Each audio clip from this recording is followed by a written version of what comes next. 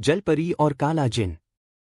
बहुत समय पहले की बात है, गहरे नीले समुद्र के नीचे, जहां सूरज की रोशनी हल्की हल्की छनकर आती थी, वहां एक सुंदर जलपरी रहती थी। उसका नाम नीरा था। उसकी चमकती हुई चांदी जैसी पूंछ, गहरे नीले बाल और मोतियों जैसे झिलमिलाते आंसू उसे बाकी सभी जलपरियों से अलग बनाते थे। लेकिन नीरा की असली पहचान उसकी सुंदरता नहीं, बल्कि उसकी दयालुता और निडरता थी। वह समुद्र में रहने वाले सभी छोटे जीवों की मदद करती थी और उनके सुख दुख की साथी थी। नीरा को अनमोल मोतियों और चमकते रत्नों से बहुत प्यार था। वह जब भी समुद्र की गहराइयों में जाती, तो अनोखे और दुर्लभ मोतियों की खोज में निकल पड़ती। लेकिन उसके माता पिता उसे हमेशा समझाते थे, नीरा, याद रखना, असली खुशी किसी चीज को पाने में नहीं, बल्कि अपनी अच्छाई बनाए रखने में होती है। नीरा हमेशा उनकी बात सुनती, लेकिन कहीं न कहीं उसके दिल में चमकते मोतियों का आकर्षण बना रहता। रहस्यमयी गुफा।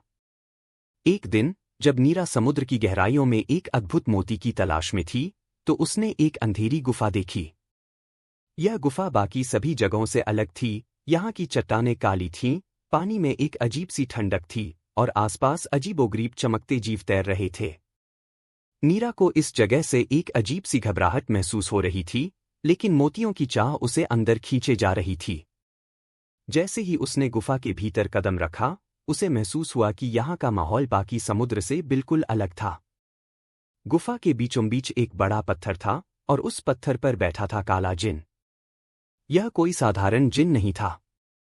उसकी चमड़ी स्याह थी, आंखें अंगारों की तरह जल रही थीं, और उसकी हंसी समुद्र की गहराइयों में गूंज रही थी। जैसे ही उसने नीरा को देखा, वह मुस्कुराया और गहरी आवाज में बोला, ओह, सुंदर जलपरी, तुम यहाँ क्या कर रही हो? नीरा ने अपने डर को छिपाते हुए धीरे से कहा, मैं यहाँ अनमोल मोती खोजने आई हूँ। सुना है कि इस गुफा में बहुत दुर्लभ मोती छिपे हैं। जिन ने जोर से ठहाका लगाया और कहा, अगर तुम चाहो तो मैं तुम्हें समुद्र के सबसे अनमोल मोती दे सकता हूँ, लेकिन उसके बदले में तुम्हें मेरी एक शर्त माननी होगी। नीरा ने संदेह भरी आंखों से जिन की ओर देखा। कैसी शर्त? उसने पूछा। जिन ने अपनी बड़ी बड़ी उंगलियों को मोड़ते हुए कहा, तुम्हें अपनी सच्चाई और दयालुता को छोड़कर मेरी सेवक बनना होगा।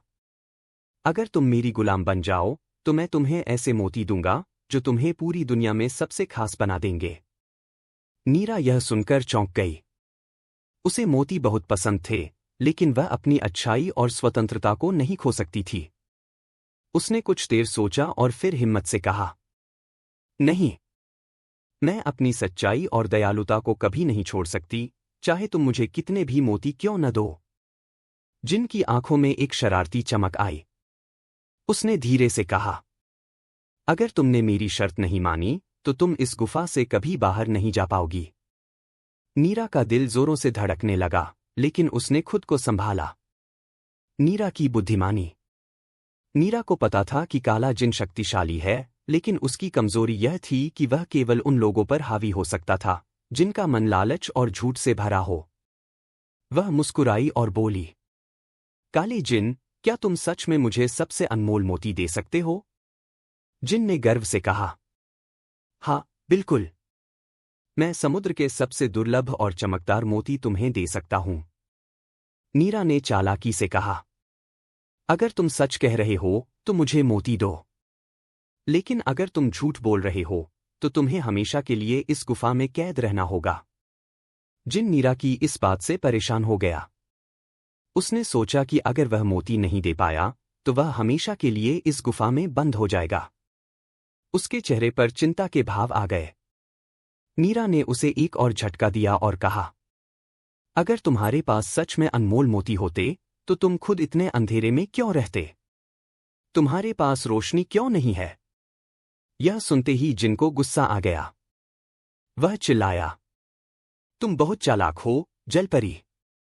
लेकिन मैं तुम्हें इतनी आसानी से जाने नहीं दूंगा। उसने अपने हाथ हिलाए और गुफा के द्वार को पत्थरों से बंद कर दिया। अब नीरा फंस चुकी थी। लेकिन वह घबराई नहीं। उसने अपनी सुरीली आवाज में गाने लगी, वह गाना जिसने समुद्र के सारे जीवों को आकर्षित किया। जल्द ही छोटे छोटे जादुई मछलियां और तेज धाराओं वाले जलजीव उसकी मदद के लिए आ गए। उन्होंने मिलकर गुफा के द्वार को खोल दिया।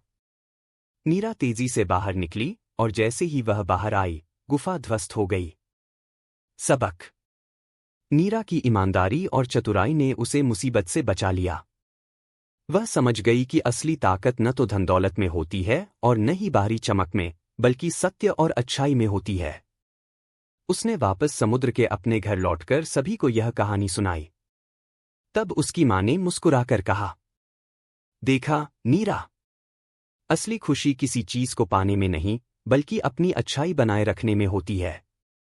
नीरा ने सिर हिलाया और समझ गई कि जीवन का सबसे अनमोल मोती है सच्चाई, चतुराई और अच्छाई।